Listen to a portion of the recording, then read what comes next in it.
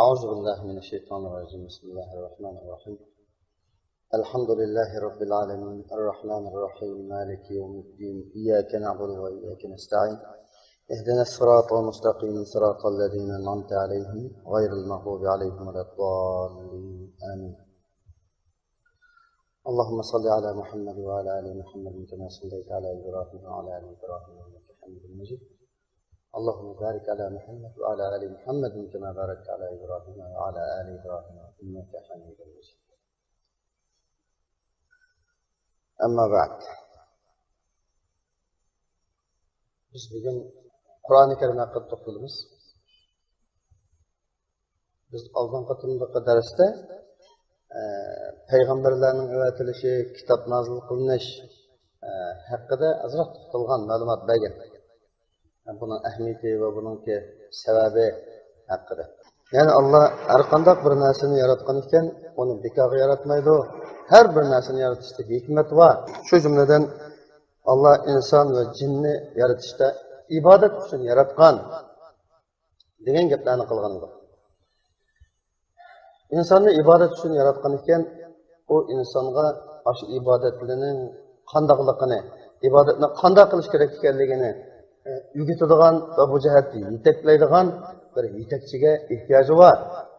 Va o yetakchi dunyodan ketgandan keyin u yetakchidan keyin uningga mirosxo'rlik qilgan, varislik qilgan kishilarningki va shu kishininki da'vati bo'yicha mang'an musulmon kishilarningki tutqu qiladiganga, tayinadiganga bir dastur, bir qonun kerak.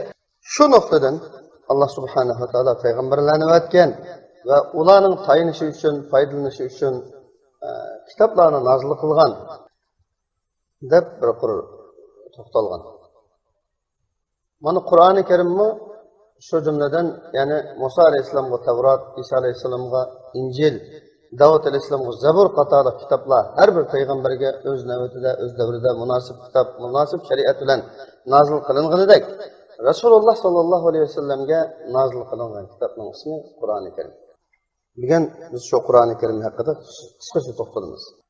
Qur'oni Karim bayligimizdek samoviy kitoblarning biri, ya'ni kirib eng oxirgisi. Bundan keyin Qur'oni Karimdan keyin Qur'oni Karimni amaldan qoldiradigan kitob nozil bo'lmaydi. Kitob nozil bo'lmaydi. Bu bir haqiqat. Xo'sh. Endi biz Qur'oni Karimningki tafsilotiga kirishdan burun Qur'oni Karim degan aman ya'ni vahiy deydigan bir so'z bor. Vahiy nima? Qur'oni Karim nima? Qur'oni Karimningki ma'nosi, vahiy degan so'zning ma'nosi nima degan haqida bir ozgina bir qisqagina bir ma'lumot berish to'g'ri keladi. Vahiy degan lug'at jihatda ishorat degan ma'noda. Lug'atda ishorat qilish. Ya'ni tez suratda ishorat qilish. Tezlik bilan qilingan ishorat. Ilhom. Ya'ni insonningki hech qanday bir nima qilmasa, amal qilmasidan qilmasimi insonningki hech qanday bir ishiga bog'lanmagan bir vosita g'oyibani bildirish. Uning ko'ngliga bir ma'lumot selishning ismi ilhom. Vahiyning bir ma'nosi ilhom. Ya'ni biri maxfiy bildirish. Vahiyning ma'nosi lug'atda maxfiy bildirish, maxfiy uqtirish. Shu qatorda bir nashurlik ma'nosi bor. Bu hozir degan uch turlik ma'nosi buning asosli ma'nolari. Ammo shar'iy jihatdan vahiy degan qanday narsa desa, bu Allohning zamonga o'tgan payg'ambarlarga o'z tarafidan tashlagan, nozil qilgan ma'lumotlardan iborat. Allohning zamonga o'tgan payg'ambarlarga nozil qilgan, evatgan va tushirgan ma'lumotlarning ismi vahiy. Qur'oni Karim al-Qur'an deb atalgan bu Qur'oni Karim, al-Qur'an degan so'z arabcha o'qiyotganlaringiz bilasizlar, masdar. Al-Qur'an qara'a yaqra'u degan fe'lning mozi va muzori fe'lningki masdari, manbasi. Ya'ni o'qimak degan ma'noda. O'qimak degan ma'noda. Ya'ni qara'a ma'nosida. Kalam ma'nosida. Tilovat qildi degan, o'qidi degan ma'noda. Va shuningdan birga Cema'a ma'nosidan keladi. Qur'on degan bu so'zningki qira'a ma'nosi, tala ma'nosi bo'lgandan boshqa jama'a degan ma'nosi bor. Yig'di degan ma'nosi. O'qidi, tilovat qildi degan ma'noning bo'lishi bu Qur'oni Karimning tilovat qilinadigan bir kitob bo'lganligi. Vahiy bir nechta turli bo'ladi. Bir jihatdan qishamlasak 3 turga bo'linadi. Biri mana Qur'oni Karim. Bu. Yana birisi hadisi qudusiy Rasulullah'ninki Rabbim mundaq dedi deb Allohdan naql qilib deb bergan, ammo Qur'oni Karimga xotirlanmagan so'zlari. Bu vahiy. Bu bir xili. Yana bir xili sahobalarning biz payg'ambar alayhisolamning munda deganligini anglagan. Rasululloh munda degan.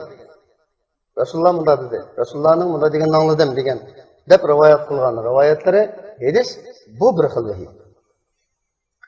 Bularning ichidan o'qish talab qilinadigan, tilovat qilib turish talab qilinadigan bu Qur'oni Karimning ichidagi vahiy. Şuna bu o'qiladigan kitob deb atalishi shu nuqtada. Jamoa ma'nosining bo'lishi, bu Qur'on yig'di ma'nosining, jug'ladi ma'nosining bo'lishi, bu Qur'oni Karim nurg'unlagan ilgirki payg'ambarlarning xabarlarini, qissalarini, shu payg'ambarlarga kelgan nurg'unlagan shariat tuzumlarini o'ziga olgan bo'lganligi va shulardan xabar berganligi uchun. Va Muhammad alayhissalom va Muhammad alayhissalomga ummat bo'lgan ta qiyomatgacha yashaydigan xalqlarga tushirilgan shariatningki butun ahkomlarini o'z ichiga olgan bo'lganligi uchun. Jamoa ma'nosining bo'lishi. Yani bu Qur'oni Karim ma'nosi tushunsin, Qur'oni Karimning ichib oyatini o'qishning o'zi ibodat. Allah shunda bir ne'mat bergan. Bu Qur'oni Karimning bir oyatining hatto bir harfini o'qisang, shuning 10 savob bo'ladi. Hatta 10 ga nechasi qo'shib beriladi. Alif lam mimni bir harf demoqchiman. Bu yerda alif lam mimdagi alif bir harf, lam bir harf, mim bir harf, boshqa harf. Alif lam mim desa, bu 3 harfni tilga olgan bo'ladi. Buning 30 va uning qo'shilib nurg'unlagan ajrlar beriladi degan hadis bor Rasululloh. Bu Qur'oni Karimni ma'nosini bilmasam-u, o'qishning o'zi bir ibodat bo'lishi va nurg'un hikmatlarni ko'rsatadi. Nurg'unlagan sirlar bor. Qur'oni Karimni o'qigan inson Qur'oni Karimni qanchalik ko'p o'qisa, o'qitsa, buningda bir xil o'ziga yo'qotib qo'ygan narsa topgandek, yoki izlayotgan narsa topgandek va dardlashib qolgan qalblariningki yurg'anligini, nurlanganligini bayqagandek bo'ladi. Bu aniq bir masala. Qancha o'qimagan sari Qur'oni Karimdan yiroqlashadi. Qur'on deyilsa, Qur'oni Karimning oyatlari o'qilsa, u insonda hech qanday bir ta'sir, aks sado bo'lmaydi. Bu Qur'oni Karimdan yiroqlashganliginingki ta'siri. Ammo Qur'oni Karimni ma'nosini bilmasa-mu, o'qib tursa, tilovat qilib tursa, bu chaqda bu Qur'oni Karimda u inson o'ziga nurg'un narsani topadi. Qalbini huzurlantiradi, qalbini yuritadi. Bu insonga bir xil xotirjamlik tuyg'usi hosil bo'ladi Qur'oni Karimda. Ya'ni Qur'oni Karimningki o'qishda varattilil Qur'ani tartila. Qiroat bilan tartilning farqi bor. O'qishda farq bo'lganidek, buning insonga ko'rsatadigan ta'sirida ham farq bor. Sonra masalan mushalik oyatni o'qisak. A'uzubillahi minash-shaytonir-rojim. قال علمها عند ربي في كتاب لا يضل ربي ولا ينسى الذي جعل لكم الأرض مهدا وسلك لكم فيها سبلا وأنزل من السماء ماء فأخرجنا به أزواجا من نبات شتى. deb o'qisa, bu o'qishur. Agar garchi ma'nosini bilmasa-mu, buni gizit o'qigandek, arabcha gizit o'qigandek, ya arabcha ming'bir kishining hikoyasini o'qigandek o'qimay. Buni Qur'oni Karimdek so'zma-so'z tartil degan dona-dona o'qish. To'xtatib o'qish degan. Shunda o'qib baqinglar, sinab baqinglar, cho'qim qalbingizda bir ta'sir bayqashlar. Bayqagandek o'qishlar, masalan, A'uzubillahi minash-shaytonir-rojim. قال علمها عند ربي في كتاب لا يضل ربي ولا ينسى الذي جعل لكم الأرض مهدا وسلك لكم فيها سبلا وأنزل من السماء ماء فأخرجنا به أزواجا من نبات شتى. Mesela şunu oxugan. Tilavatlarni o'qisangiz, boshqa bir narsa asli bor. Chunki Allohning kitobi Qur'oni Karim. Qur'oni Karimni o'qiganda o'qish kerak.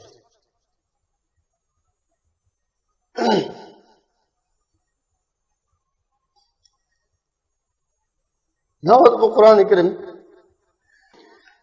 Peygamberin başlarına saklanadigan, onundan keyin ölüm halini qo'ldan saklanadigan yoki o'zini men musulmon davlatning podshohi deyotgan kishining qo'ldan saklanadigan bo'lib qolgan bo'lsa, bizlik ko'rmagan bo'lsak, bizning qo'limizga yetmagan bo'lsa, shular. Bu kitobxonlarda bir insonning yozgan kitobini sotib olg'ili bo'lmaydigan pulga sotib olg'ili bo'lyapti. Bu kitobninki qimmatsizligini ko'rsatmaydi, balki Alloh subhanahu va taoloning insonlarga berayotgan ne'matini ko'rsatadi. İnsanlığa bu Kur'an-ı Kerim'nin her bir insanın uyiga kirishini, her bir insanın qo'liga tegishini irada qilganligidan iborat. Herkes bu kitobning qimmatsizligini ko'rsatmaydi. Bu kitobni Qur'oni Karimni asli musulmon bo'lgan inson ko'rib qolmaslik kerak. Ko'rib qo'lga ilib qolmaslik kerak. Buni qo'yib qo'yishni o'ziga bir xil ayrilish azobida his qiladigan bir holat ketish kerak. Oldin qatimda bir oz dedim, bu iymondan asli huzurlangan bo'ladi. Iymondan huzurlangan bo'ladi.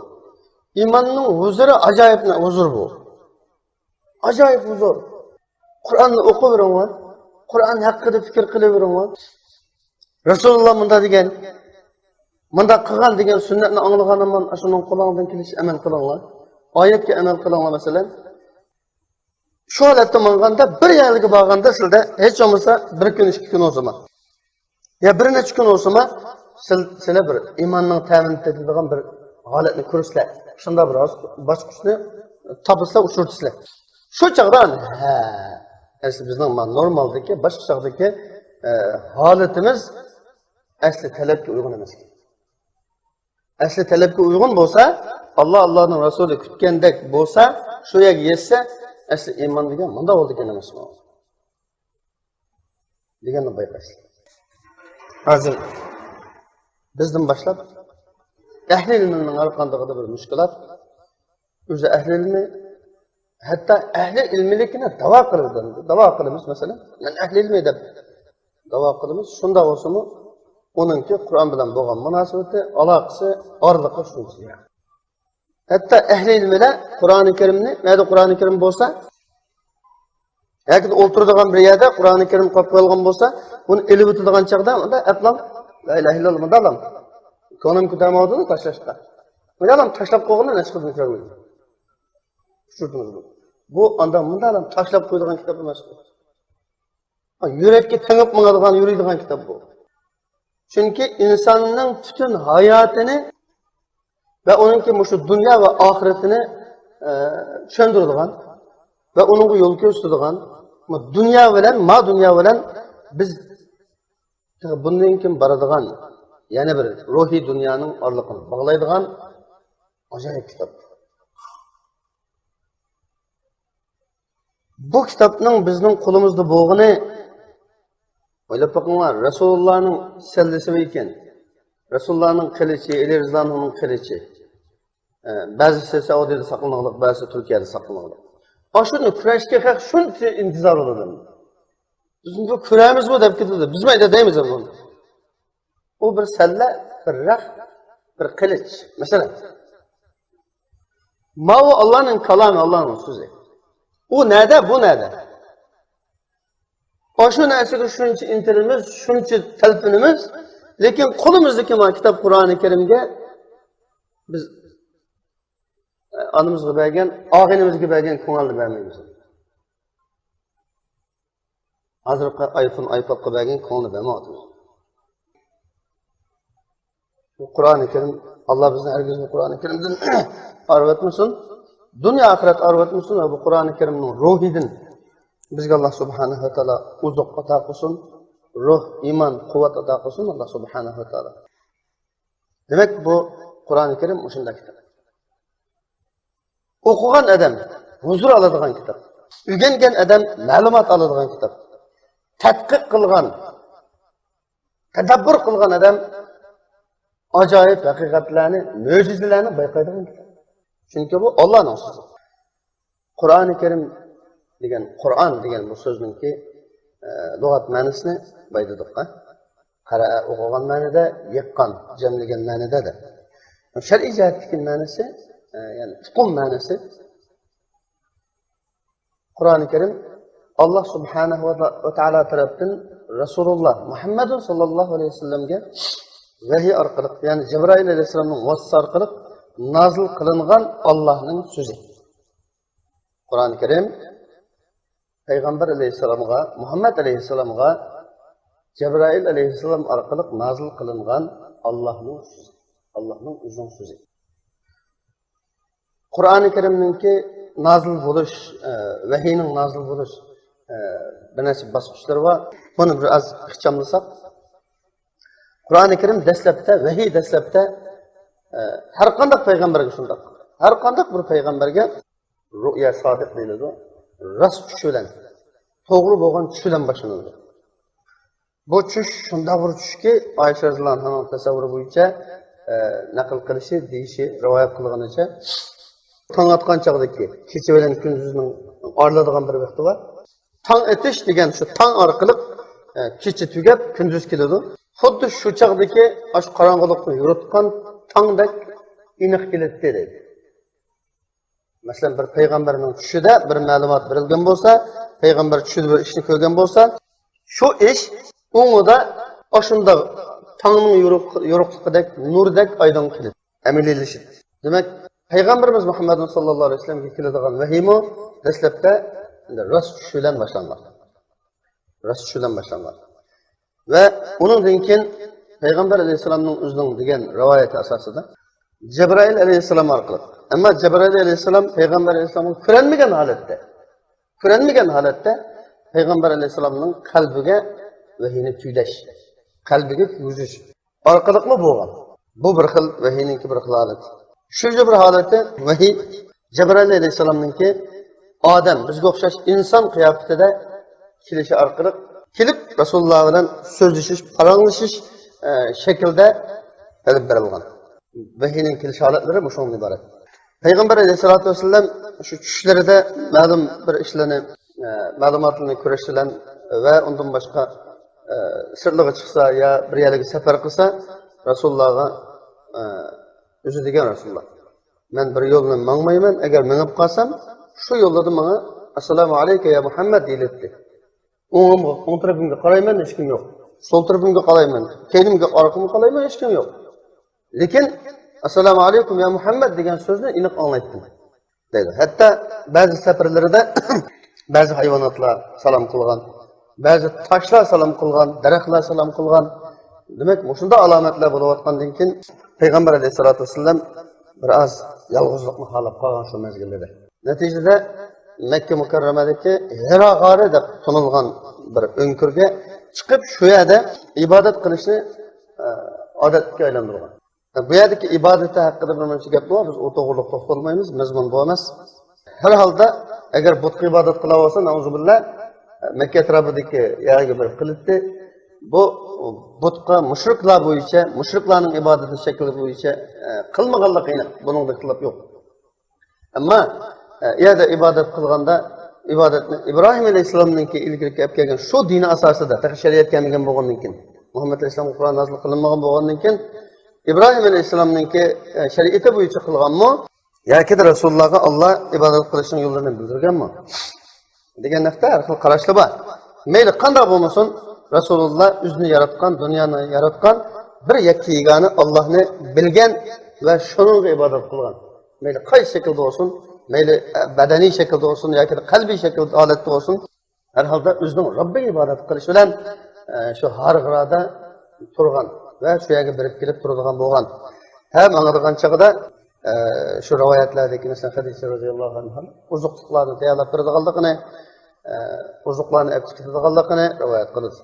Shu yerda turayotgan kunlarining birida Cebrail alayhissalom tunji qitim shu yerga kelib, ya'ni bu tushish va qalbiga kuydash bosqichidan o'tgandan keyin Cebrail alayhissalom shu g'ori Hiroga kirib, tunji qitimliq vahiyni olib keladi.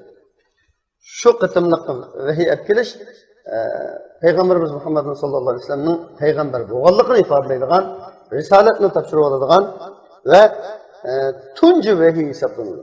Bütün ulamolarning sahobalarning ta hozirgacha hech qanday ixtilofsiz shu qitim tushgan nozil bo'lgan birinchi qitimliq vahiy sura Alaqning 5 oyat.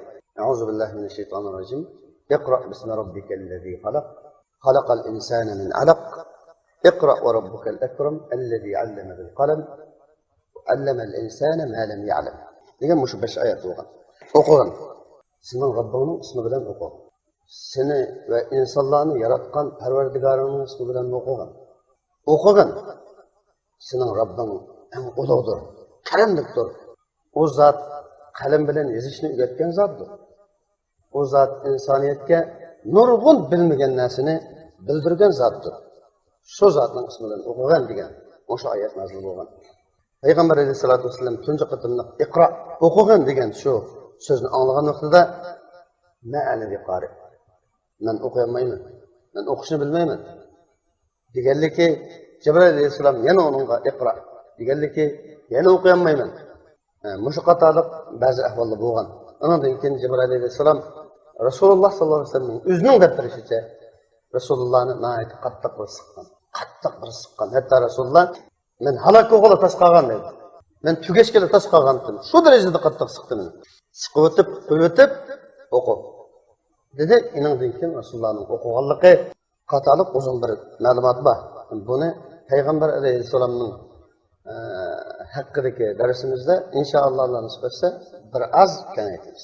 Shu qitimliq vahiy kelib bayqi 5 oyat kelishi bilan Rasulullahga bu chunki insonning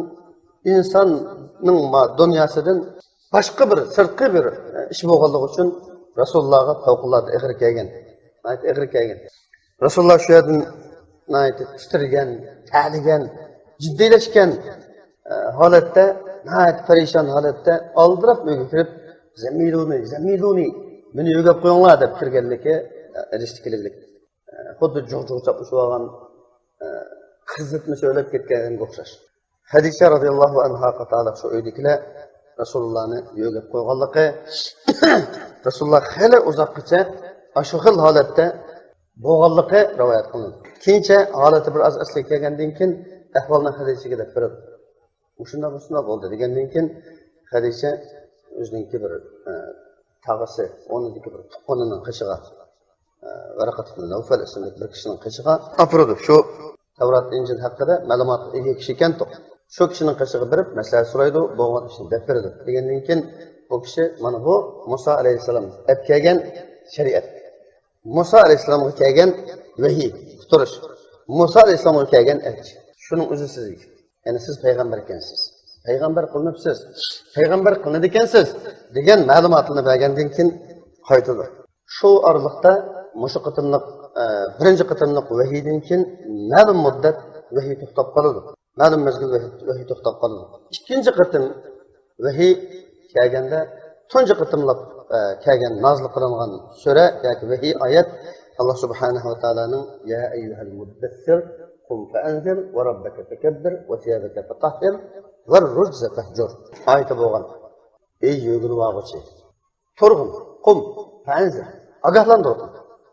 Kishilarni o'zining yaratquchisini unutib qolayotgan, o'zining bir yaratquchisi borligini bilmayotgan, bilsimi uningga shirik keltirayotgan, o'zini dunyoga baka kelgan o'xshaymiz deb qilayotgan kishilarni ogohlantirgin.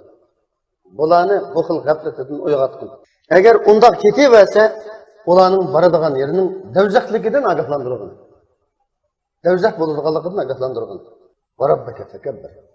Parvardigarını, seni yaratkan ve östürgen, terbiyelegen Rabbini ulug'lig'in, eginingni pokizlig'in degan qataliq o'sha oyatlar nozil bo'lgan. Mana shuningdan boshlab vahiy davomlashgan, uzluksiz nozil bo'lgan.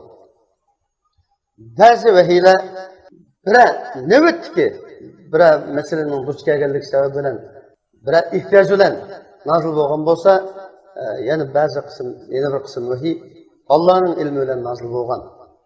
Demek her halde vahiy şu kıtım, yani ikinci kıtımki ya eyyuhel muddassir degan şu vahiy başlanışı bilan nazil qilinishi bilan vahiy davomlashgan. Bu davomlashish 23 yil hukm surgan, 23 yil davomlashgan. Mana biz o'qiyotgan bu Qur'oni Karim shu 23 yil muddat ichida Rasulullahga nazil bo'lgan, Rasulullah va Rasululloh olib kelgan shariatni bildirgan va shuningga dastur ustida nazil qilingan, musulmonlarning hayotini va ibodatini, diniy ahkomlarini o'rgatish uchun nazil qilingan kitob Qur'oni Karim. 23 yil taxminan 23 yil ichida nazil bo'lgan va mukammallashgan. Mukammallashib bo'lgan. Shunga ham Qur'oni Karimning o'zida Alloh subhanahu va taolo al-yawma akmaltu lakum dinakum degan shu. Men bugun dininglarni mukammal qilib bo'ldim. Dininglarda hech qanday kamchilik yo'q, nuqson komil. Degsiz, diliksiz, uqtirilishga tegishlik, ammo uqtirilmagan hech qanday ma'lumot qolmadi. Dininglar mukammallashdi degan oyat orqali mana bu Qur'oni Karim tamomlangan. Shunga har qanday bir insonning kafir bo'lib turimiz, har qanday bir olim bo'lsin, mayli jamoa bo'lsin, mayli bir diniy tashkilotlar bo'lsin, mayli qanday bir kishiningki endi shariatda Qur'oni Karimda deyilmagan, Rasululloh demagan, qilmagan har qanday bir ishni shariatning ishiga etibilishi bid'at deb sanalishi shuning.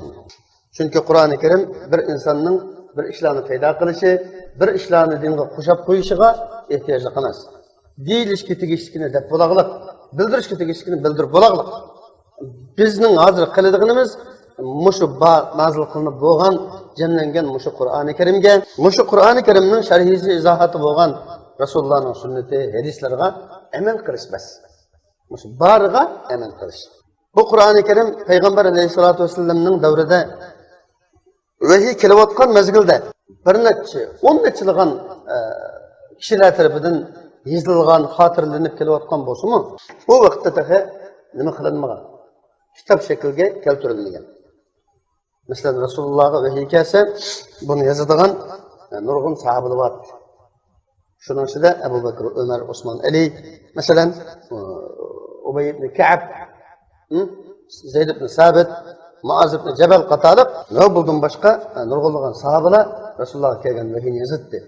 Bu yozilgan, Rasululloh buyurgan shuni yozishni.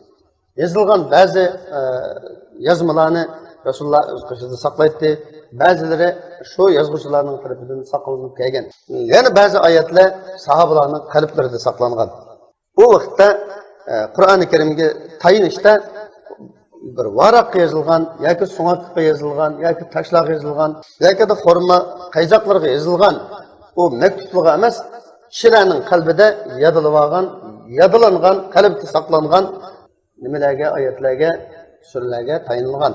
Ikkinchi Abu Bakr Siddiq radhiyallohu ta'ala anhu xalifa bo'lgan vaqtda Umar radhiyallohu ta'ala anhuning bir necha qitimliq da'vati, bir necha qitimliq taklifi, talabi bilan bu şu xalifa Abu Bakr Siddiq radhiyallohu anhu'ningki buyrug'i bilan bu kitob shakliga, Qur'on shakliga keltirilgan, ya'ni jamlangan.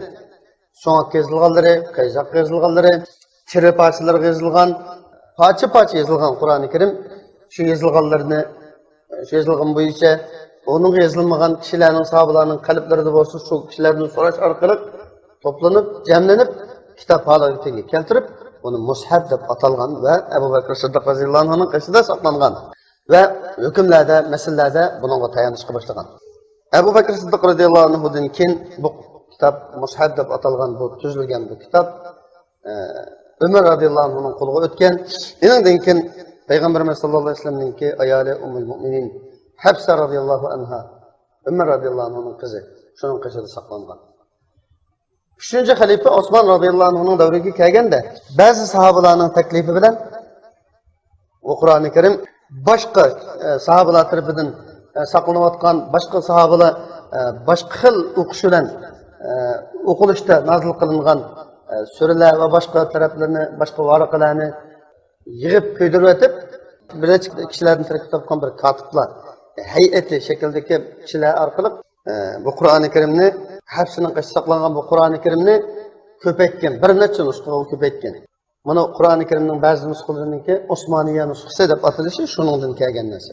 Bu ko'paytirilgan nusxalardan Osman radhiyallohu anhu o'zining xalifalik davridagi har qaysi mamlakat rayonlarda tayinlangan valiylarga bir nusxadan avatib, shu yerda shu nusxani asos qilishni va qorilarning o'qishi va o'rgatishda shu nusxani asos qilishni kishilarningki har xil o'qish yoki har xil qarashlar bilan ixtiloflashib parchalanib ketmasligini talab qilib, har bir viloyat o'lkalarga, qo'mondonlarga, rahbarlarga, valiy hokimlarga birdan nusxa avatgan.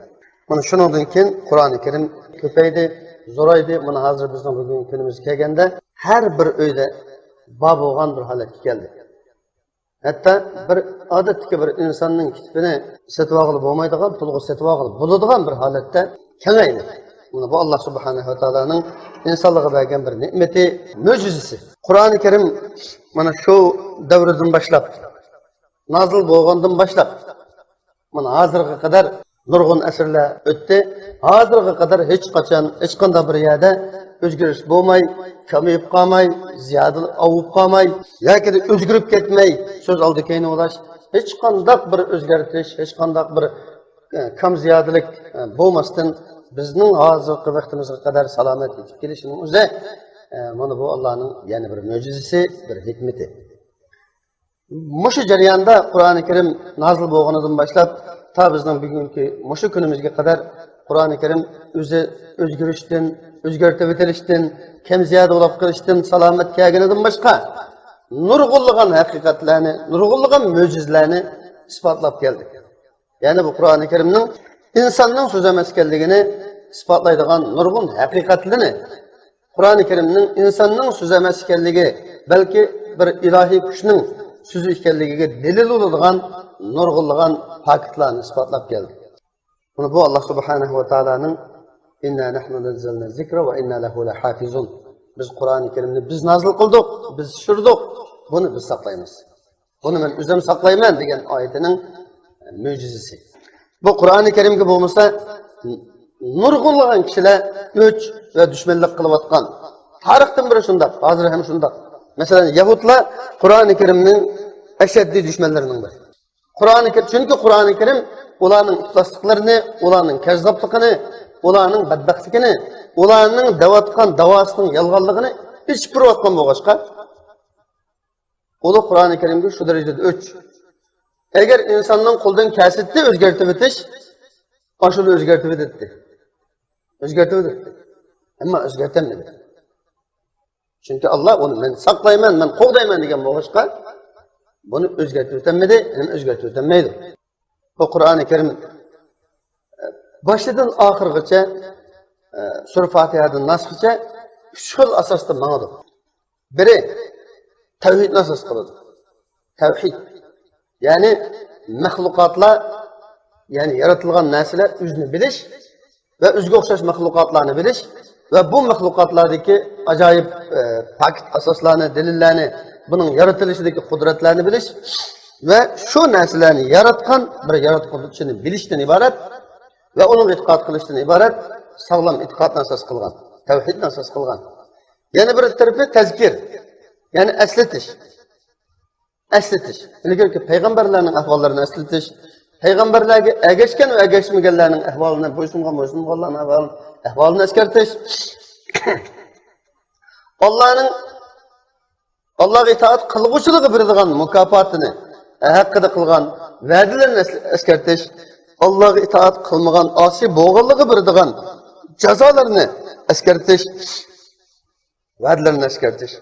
Va'id Allah'ningki qiyomatdagi kafir bo'lgan insonlarning oldiga keladigan kunlarni dash orqali ularga qiyomatdagi shu azobdan xabar berish va undan ogohlantirish.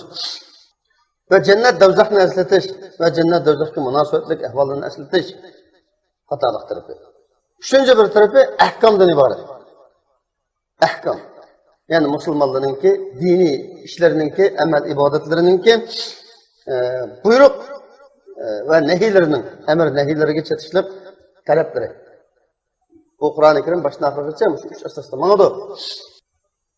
Şu ritimni bu Kur'an-ı Kerim başına akırıcı saklagan ki, bu Kur'an-ı Kerim'nin hiç kandak bir yerinde, hiç kandak nimi yok, noksan yok.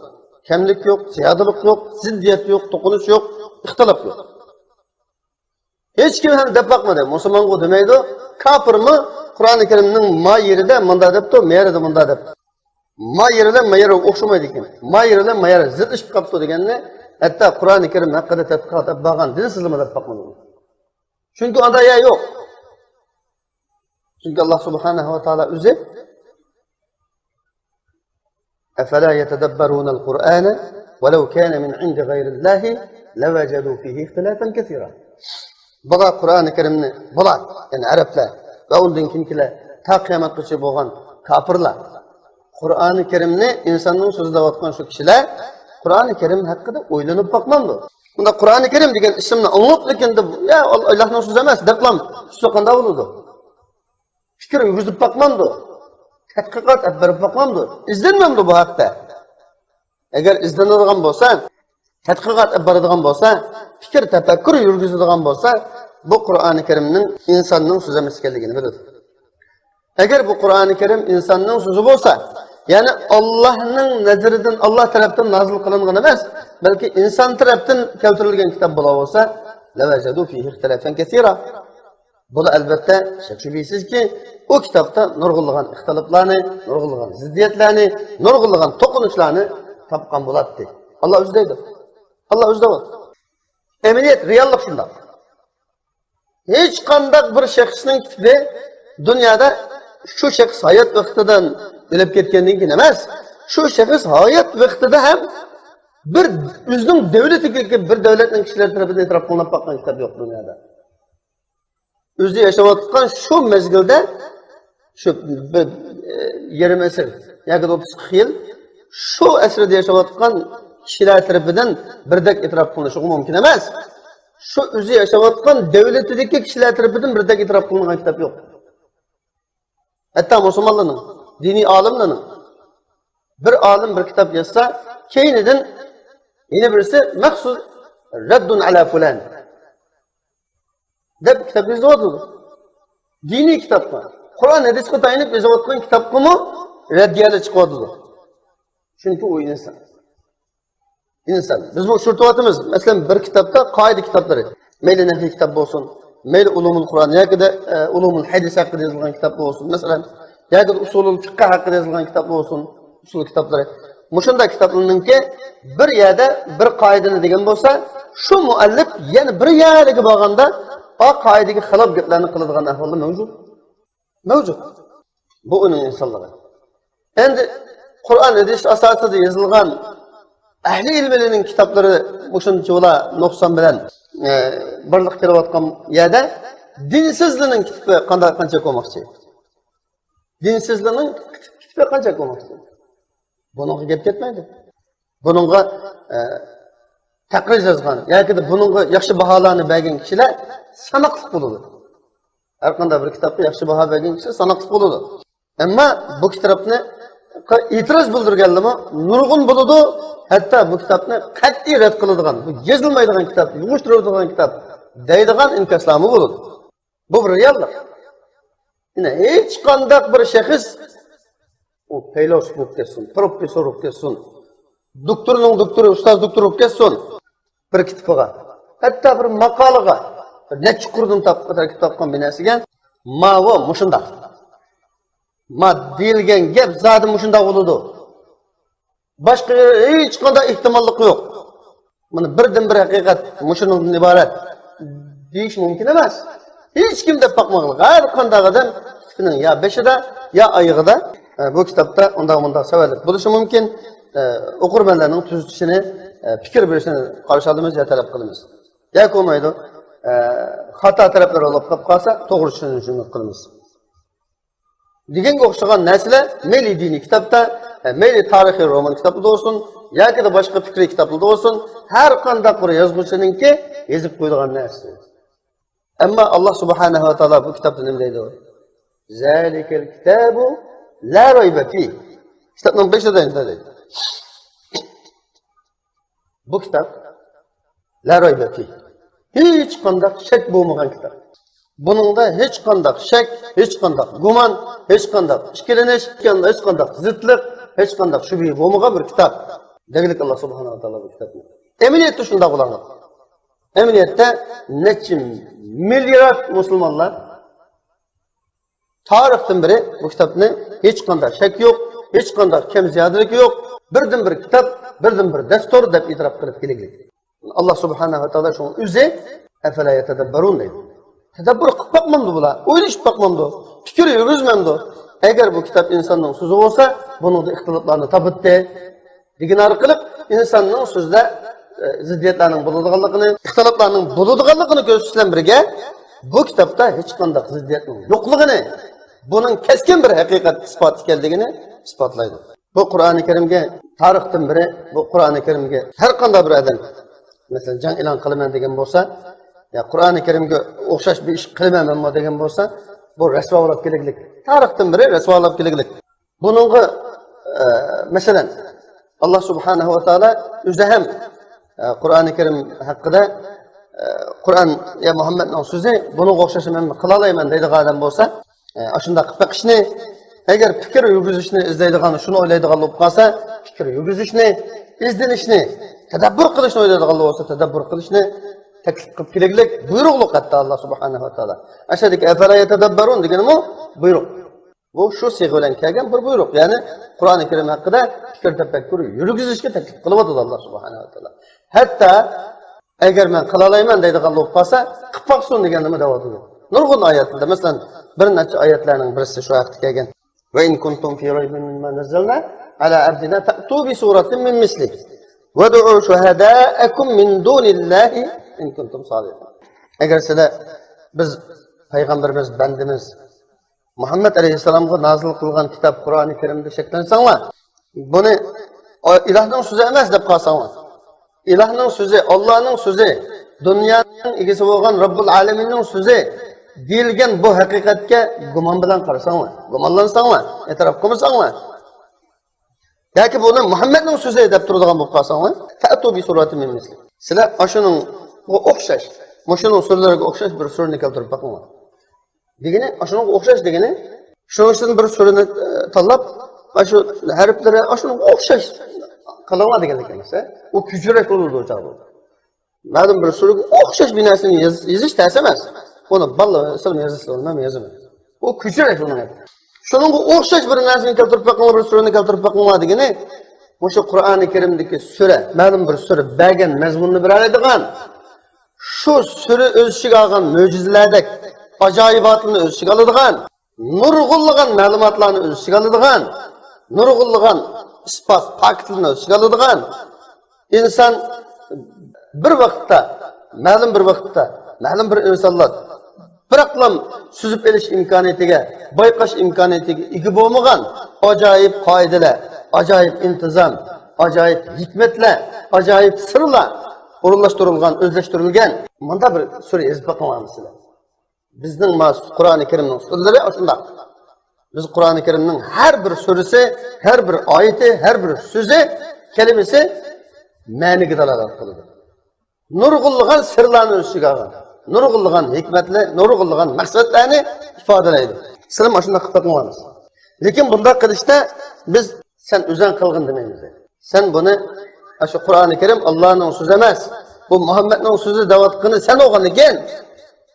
Sen özen kıtlakanırsa Muhammed'in yalğızıdan, Muhammed yalğız kişilikte oturup öyle tayalap, kündüzü çıkıp kişiliğe ditte degen, şu gibi Resul olsan, kuntum sadıkın, sen özen kıtlakanırsa demeyiz biz. وَدُعُوا شُهَدَاءَكُمْ şuhadalarını, sizlere şu Kur'an-ı Kerim'e can ilan kılış için, tayyagarlık kılış, sizlere katlaşıdığan, sizlere emkarlaşıdığan, yardımlaşıdığan, sizlerin şu hizmetinle katlaşıdığan, katlaşıkçılarını, yardımcılarını qanday saviyadagi bo'lsin, Çakırın, hemmini çakırın. Bir şart, min dunillah. Allah'tan yardım sormayın. Allah'ın itiraf kılmağında keseler. Allah'tan yardım sormayın. Başka her kanda nersini işlesin onaylı. Yardımcılarını işlesin onaylı. Aşında kılıp bakmayın. İn kuntum sadıkın. Eğer sizler bu kitap, bu Kur'an Muhammed'in sözü. Yani insanın sözü degen gitmektir Resulullah sallallahu aleyhi ve sellem. O insan boğandı iken, senin insan boğandı iken, bakın. O Muhammed peygamber emas, o doktor emas. Hatta bir muallim emas o vaxtida mesela bir mektepte. Uzun bakın. Sizler doktor, profesör mesela. Peygamber sizler. Bakın sizler. Öz davatlar. Demek hiç kim tarixten beri unda bakkan emas. Bakkanmadı. Kılıçqa uringan bo'lsa-mu, bakkanmadı. Kılıçqa uringan bo'lsa-mu, bakkanmadı. Çünkü Allah yana fa illam taf'alu. Agar qilmasanlar, deb ve len taf'alu. Her göz qilmaysizlar. Biz bunu bilamiz. Qilmaydiganligingizda gap yo'q.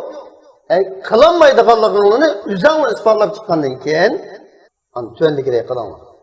Bunu hele deymiz. Demek Allah Subhanahu ve Teala bu Kur'an-ı Kerim'de fikir tefekkürü yürütüşkü buyuruydu, tadqiqat etberişkü buyuruydu. Eğer cenk ilan kıtpakına memuşunun koşuşunda kıtpak ettim deydi Allah olsa, kıtpakını deydi. Aslında tepkiliklik bundaki muşunda. Çünkü o ayet Kur'an-ı Kerim'in içinde hatırlanırlık, lengü saklıdır. Hoş. Hem de bay degenimizde yani bazı sözlerini tekrar kılımız, bazı muddua için. Tarixdan biri Qur'oni Karimga jang e'lon qilgan yoki Qur'oni Karimni Muhammadning so'zi, insonning so'zi deb buningga o'xshash bir narsani qilib boqamiz degan odamlarning hammasi vayron bo'lib keliglik, rasvo bo'lib keliglik, rasvo bo'lib keliglik.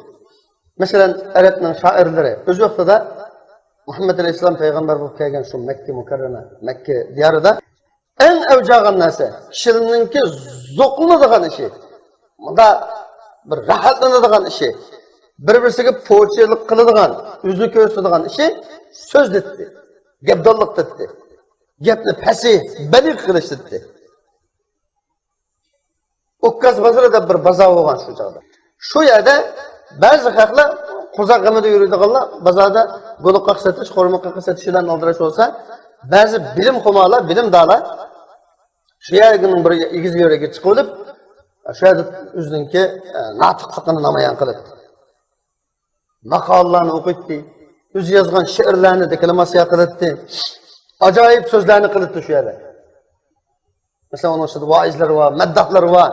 Yani bu yerda deydigini, demek çoğunu o'zininki bu sözde ajoyib kuchli ekanligini, söz qurashtirishda, binas yozishda, she'r yozishda, maqol yozishda ajoyib farosatga ega ekanligini, bunun ehli ekanligini namoyon qilib, bunda musobaqa qilishdi. Men bilan aytishadigan kim bor deyishdi. Men bilan she'r o'qishadigan, fasohat, balog'atni deyishadigan bormi? Deb shunda boshqa tantarbiyaga o'xshash shu darajada endi jang e'lon qiladi. Men yubariz degandek. Kim maydonga tushadi? Shu darajada o'jag'an tilmenchilik, notiqlik shu darajada o'jag'an. Bu tilning kuchli bo'lishi, so'zlardagi ajoyib fasohatlar bu arab tilining bir xususiyati. Arab tilida bor. Qur'oni Karimni demay turdi. Arab tilida ifodalangan bo'lgan nurg'un narsani har qanday boshqa tilda ifodalangan.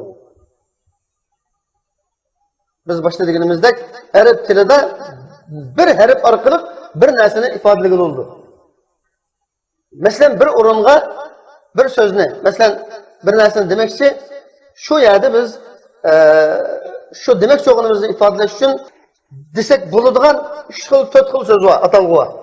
Kelima bor mesela. Mesela bir muallif kitap tuzgan muallif yozsa, kitap yozganda ma'lum bir o'rinda bir so'zni ishlatadi. Shu osh so'zning o'rniga ishlatadigan, shu ma'noni beradigan boshqa so'zlar bor, 3 turlik so'z bor, alaqal. Lekin bunun içinden birini tanlab işletildi. Bu aşı qolgan 2-3 söz beradigan o'xshash shu ma'nini bergandan boshqa mayaga muallif keltirgan ma so'zninki, shu so'zning o'zi yana boshqa bir narsani ifodalab beradi. Yani bunun ifodalaydigan ayrim taraflari bor.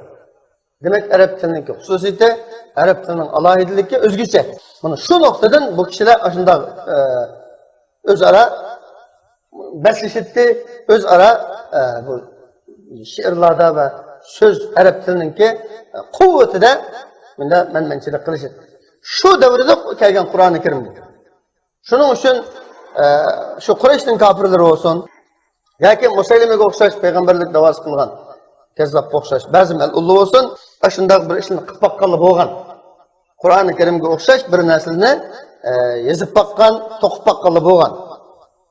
Masalan, ba'zisi va naziatiga o'xshash bir narsani tuzib boqdi, ba'zisi al-qariyatiga o'xshash bir narsani tuzib boqdi, va al-adiyatiga o'xshash bir narsani ashuniga tushirib, shu o'lchamga tushirib bir narsani tuzib boqdi. Masalan, ashuniki al-qariyatida bizning kitobimiz Allohning so'zi bo'lgan Qur'oni Karimdagi mazmun al-qari'atu mal-qari'a va ma adraka mal-qari'a. Bu al-qari'a, bu qari'aning nimaligini sen nima bilasan? Qanday bilasan? Sana nima bildirdi qari'aning nima ekanligini? Deyotdi. Bu qari'ani bilamsan sen. Qari'a degan nima u? Sana kim bildirdi bu qari'ani? Digidek gap bu hadiki qari'a. Aşındaq digidek gap. Amma bununla o'xshatib to'qigan Musaylimaga o'xshash malullarning gapi nima bo'ldi desa, al-fil va ma adraka mal-fil. Qarang, nima bu? Nima u? O filni kichik boladan fil nima deb so'zla deb turdi u. O yo'g'on bir nima qo'li qo'ygan qozondek, yo'g'on uzun tumush qova deb. Hammadan deydi. O'zi yozgan narsani o'zi o'qib beqib, o'zi rasvo bo'lib, xalqning ko'rib qilib, uni masxir qilishidan ensirab o'zi ko'ydirib o'tgan ahvol bor. O'zi qilib beqib, o'zining qilganini o'zi o'qib beqib, oyatni o'qib beqib, o'zi ko'ydirib o'tgan. Bu hozirgi arabning so'zlarini bilasizlar, talada anglayapsizlar. Arabchimi o ya bilak bilmichimi o? Şu derecede buzulup gidilik. Ama şu o vakit Arap tilininki kuvveti en güçlengen vakit. Şu çağdaki aş adamlar Arap tilini ben bilemem de posalalaydıgan, meydana çıkalaydıgan. Demek şunca ola küçük igi olgan til cihette, kabiliyetli igi olgan. Aşında adamlarınki ahvalı o olağlık. Aşında resvalıqlık. Üzdün üzgür resvalıqlık. Hazırgısı bir şey anda qıp bakmadan. Qıp baksa resvalıqlıqını bildi. Tarixte qıp baksa resvalıqlıqını bildi. Hoş. Yani bu yerde yeni bir mühim bir nokta var mı? Tarih, bir bütün tarih ve tarih ilmine şug'ullanadigan tarixchilar, mayli Müslüman tarixchilar olsun, mayli dinsiz kafir tarixchilar olsun, mayli Arap tarixchilari yoki Yevropaning tarixchilari olsun, tarixchilar bu yerda bir haqiqatni isbotlaydi. Ajoyib bir haqiqat bu. U nima? Rasulullohning faqat maktabga kirib boqmaganligi. Muhammad ibn Abdullah ismli bu kişinin, biz peygamberimiz davatkan bu kişinin bir kıtımı mektepte gidip bakmaganlığını veya ki hiç kandak bir usta tutup bakmaganlığını, biraz okup bakmaganlığını bilirlik. İspatlıqlık bu, tarihsel ispatlıqlık, dinsizim ispatlıqlık. Hatta sizin köyden buluşan mümkün, Uygurçası bolsa pek köyden buldu, bu musun inşallah Arapçası var, dünyadaki 100 meşhur şahs diyen bir kitap. Mesela, şunun birincisi Resulullah keltirilirlik ve şu yerde Resulullah'ın hayatı sözlengen şu babda hem Resulullah'ın mektep gidip bakmaganlığı, okup bakmaganlığı, tutup bakmaganlığı, ispatlıqlık. Aşı Yahud tırpıdır. Eğer düşmanlık kılış, cenkeşlik kılış imkaniyetiga ega bo'lsa-da, oşu qilibdi. Bunu bu ula bula falan tutanılar, onun Muhammed'in mektep kimigen deydi o, mektep kigen o. Deb nurg'ulg'an binasini to'qishi mumkin-da. Oşunun çoğusa shunday qilmoqchi u. Yahudning çoğusa. Çünkü o kezzab. Çünkü o dinning dushmani, Rasulullohning dushmani, Allohning dushmani, Jibril alayhissalomning dushmani. Allah shunday deglik. Unda bo'lgandan keyin albatta bu annama deb birak gapni qilibdi. Lekin onda gap qilishga hech qanday hech qamaqlik. Balalık ichidagidek bilinib ketgan bo'lg'ashqa o Resulullah'ınki mektepte kirmegenlik. Bu acayip bir hakikat mı? Yani Kur'an-ı Kerim'ni dünya bildi hazır. Dünyadaki medya vasıtaları arkalık xabarlar orqali, har xil jurnal, gazetlar orqali, va hokazolar orqali bu dunyo Qur'oni Karimdan iborat bir kitobning borlig'ini, buning musulmonlarning birdan-bir dasturi ekanligini bildi. Musulmonlarning bu kitobni Allohning kalomi, Allohning so'zi deydiganligini bildi. Endi nurg'unlari mana bu kitobni e'tirof qilmadi. Nurg'unlari e'tirof qilmadi. Ya'ni ilohiy kitob ekanligini e'tirof qilmadi. Agar bir ilohning kitobi, bir iloh bor, ya'ni ilohning kitobi deydigan bo'lib qolsa, buni e'tirof qilsa, cho'qim bir ilohning borlig'ini e'tirof qilmasa bo'lmaydi. Bir ilohning borlig'i e'tirof qilinadi bu yerdan. O'zicha. Bu o iloh nima deydi? Deb bu qadamni bosish kerak. Demak, hech kim hozirgacha kofirlarning ichidan bu tadqiq qilib bakkan buni qilgan bo'lsa-mu, masalan buni bu Qur'oni Karimni, bu kitobni, ya'ni ilohning so'zi deb e'tirof qilgan unutmaydi. Nurg'un dafiylar, nurg'un degan insonlar bu Allohning so'zi deb unutmaydi. Hatto samoviy dinga e'tiqod qiladigan xristianlar bo'lsin, yahud nasaralar. Şunu mu bu Kur'an-ı Kerim'de Muhammed'in gibi de duruyordu mesela. Yani ma dünyanın biz yaman çıktık ha, bu Kur'an-ı Kerim acayip kitap. Bütün hikmet, sırlı bilen toşkan kitap. Her bir sözünü tadqiq qilsa nurg'un binasi chiqadigan kitap bu da. Ne chiqadimiz kitap. Mana bu sirlar ta qiyomatgacha eshiladi. Bu Kur'an-ı Kerim mushunchalik kitap. Mushunchalik kitap bo'lganligining o'zi bir hikmat. Qarangmi? Musa alayhisalom tushirganda taxtaga tushirilgan bo'lsa qanday bo'ladi?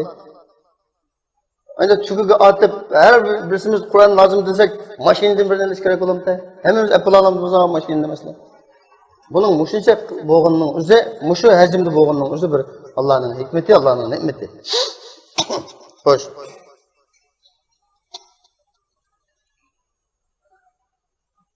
Mushunchalik bo'lsa-mu gerisi bu Qur'oni Karim. Buningki ichidagi demoqchi bo'lgan Alloh, demoqchi bo'lgan Alloh qoldirgan, tushirgan, Alloh shuningga singdirgan, o'zlashtirayotgan ma'nilarini, muddaolarini, sir hikmatlarini bir vaqtda bir olim yoki bir necha olimdan tashkil topgan bir hay'at buni eshib chiqishi mumkin emas. Hatto bir insonning bir umri yetmaydi uningga. Chiqirib bo'lmaydi, hal qilib bo'lmaydi. Çünkü Allah için özü deglik. Bu Kur'an-ı Kerim'ninki mezmun ma'nilarini bütün dünyanın beldiraklarını kalem kılıp işletsem ifade kılamaysa degende Kur'an özü deglik. Demek şu oşunducu olan ma'nilarının bağlılığını Allah deglik. Yani bu Allah aşında ma'nilerini küçüklük bu aşıp ete kalamdı. Biz şu bilginimizde tefsirçiler deppergenini bilimiz mi? Andağılar. Bu toxtumay çıkıdı bu sır. Toxtumay eşkarından oldu. Her devrede şu devrinin taqazası bu işe, şu devrede barlık kelgen eslihalar, şu devrede barlık kelgen saymallar, asbablarınki ve şu devredeki eşkar olan penler, bilim peninin tarakkatları ve kişinin taqazası hacet itibarı bilen özlüksüz eşkar olapmalıdır. Resulullah'ın vaxtida nurgun sahabeler nurgunluğun taraflarını bilgen. Ova, dişip ketkidek hikmetlerini bilgen. Ama hazır biz bilgen nurgun neslini o vaxtda bilmegen, bilenmegen, açmagan, içilmagan. Bunu hazır kelgende nurgun nesli, nurgun hakikatla eşit çıkmadı. Yani şunundek bundan ta kıyametgacha aşında eşitmeli. Bu aşında bir kitap.